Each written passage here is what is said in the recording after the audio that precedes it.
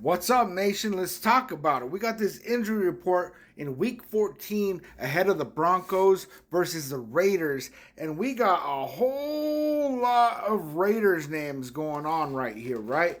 And this is really kind of strange, right? I've been looking at the injury report all season, and it has not been nearly close to this big the whole time. And we got Jamal Adams, questionable. We got Alex Bachman, out. We got Max Crosby, questionable. We got Michael Mayer, out. We got Jordan Meredith, questionable. We got Dylan Parham, questionable. We got Dante Thornton Jr., out. We got Jeremy Chin, questionable. Now, some people are saying, like, look, the Raiders are in full tank mode, right? And so why are they gonna play all sorts of players and stuff? But if you look at this list, you don't see Brock Bowers out. You don't see Ashton Genty out, right? I mean, Alex Bachman out, like, it's kind of weird, And this thing with Max Crosby and his knee injury, there's videos that are going out, people saying, like, well, maybe this injury is a lot worse than what we really thought it was, and maybe it's a bigger deal, or maybe they're just trying to tank. And the big thing right now is Pete Carroll said Max Crosby will play in the presser, right? He said Max Crosby will play, and that's for one reason and one reason only. Pete Carroll wants to win right now, right? Pete Carroll has to win right now, because really, if Pete Carroll just loses out the rest of the season and it's not by design, like let's say they're not tanking, right? Because I don't think they are. I think Pete Carroll has been going out there every single week and trying to win games and then just losing and losing and losing, right? If he loses out the rest of the season, it is guaranteed that the Raiders are not going to have Pete Carroll as their head coach next year, right? I'd say that's guaranteed. Now, if he wins out, let's say, well, then all of a sudden he ends the season with 7 wins, and there could be an argument like, well, maybe Pete Carroll's turning it around in the right direction, and maybe we should hold on to him as our coach and things like that. But you guys, I'm telling you, I think personally, players are done. Players don't want Pete Carroll. The players, I mean, why are they having all these injuries all of a sudden, right? If you looked at the last couple of days of injury reports every single day, it's grown larger and larger. Why is that, right? Are they just practicing that hard against, going up against the Broncos in week 14, right? They're practicing so hard that people are getting injured? Or is it that, players are like, look, man, like, this season's done. This is cooked. Let's go get a damn quarterback. We need a damn quarterback, right? And, man, I've been putting out a lot of videos, man, and on the lives and stuff, talking about, like, I'm not really sure how I feel about this quarterback class. I haven't seen enough to really be convinced. And, the last live I did was on Tuesday. I got a bunch of shorts that are chopped up from that are going out right now. And one of the things that over the last couple days that I've been doing, man, is I've been really taking a dive into the tape on Fernando Mendoza, on Dante Moore, and on Ty Simpson. I'll tell you guys right now, I do not want Ty Simpson at all, right? Dante Moore, I haven't watched enough yet. There's some things that I like about his game, how he, can throw on the run and things like that. There's some things I like, right? And then Fernando Mendoza, there's actually I'm starting to see a lot more things that I like about him. And I tell you guys all the time, man, like, when somebody is in a presser or an interview, the way that they speak, it says so much about who they are as a person, how their mind works, what kind of player, what kind of teammate.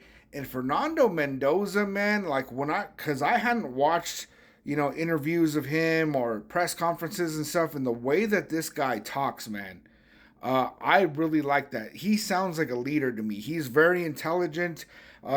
He says the right things. He's focused on the right things.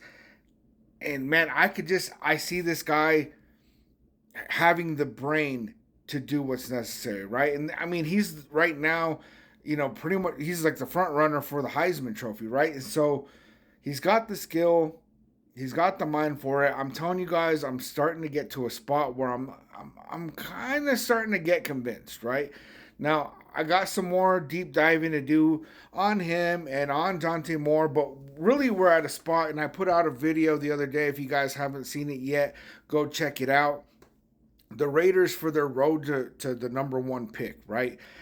And it's pretty certain that the Raiders are going to draft number one or number two overall. It's almost a guarantee. As long as we don't go and win some stupid game like against Denver in Week 14, right? Or go and beat the Giants, right? Because the Giants is really the only winnable game. But let's face it, the Giants they're 2-10, we're 2-10.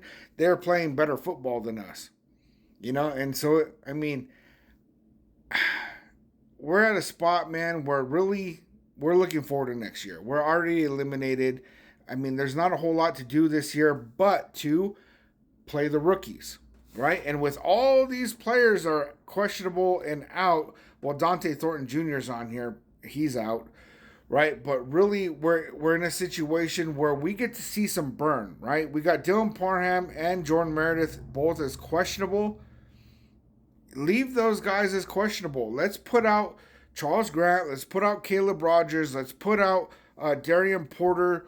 Let's put out our rookies. Let's give them some NFL reps. Let's give them some burn. Let's see what we have.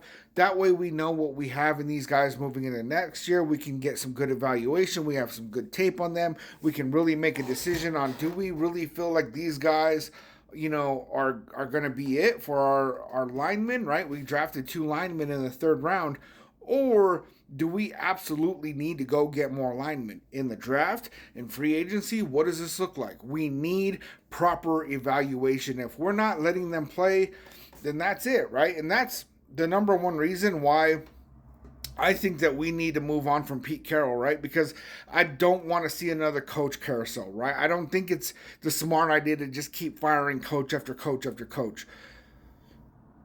Yes, we're losing, right? That's not the deal breaker for me. For me, it's the decisions, right? When you have Brock Bowers got injured week 1 and Pete Carroll put that dude out there to play. Stupid. And he's obviously not at 100%. He's not being able to perform. His knee's not healing properly. And it took him weeks to realize, hey, you know what? He can't play. Finally, Brock Bowers was like, yeah, I can't play. And then he sat out for a couple games, got healthy, came back, and then he's 100%, right?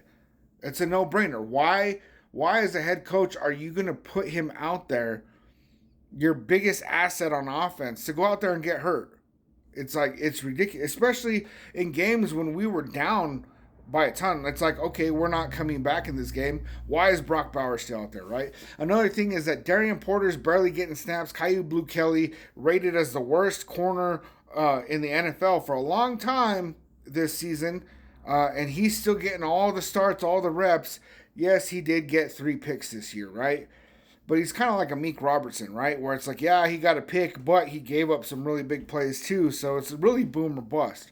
But then watching these offensive linemen, like, John Spytek talked about it, in the offseason, that he really believes in building the trenches, right? And he drafted 2 offensive linemen, 2 defensive tackles.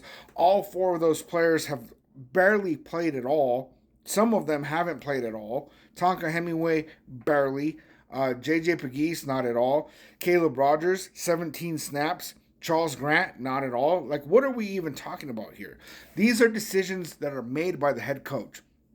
These are decisions that Pete Carroll made when it came to who's going to play on this roster, right? He thought we need to play the veterans to win. And, I think John Spytek knew that when we didn't get Matthew Stafford, when we didn't get Ben Johnson, when we didn't get Mike Rabel, we ended up with Pete Carroll and Geno Smith. He said, you know what? We're going to build. And it is what it is. These guys are not on the same page. I hope we keep Spytek. I really want to see what we really have in him. And goodbye, Pete Carroll.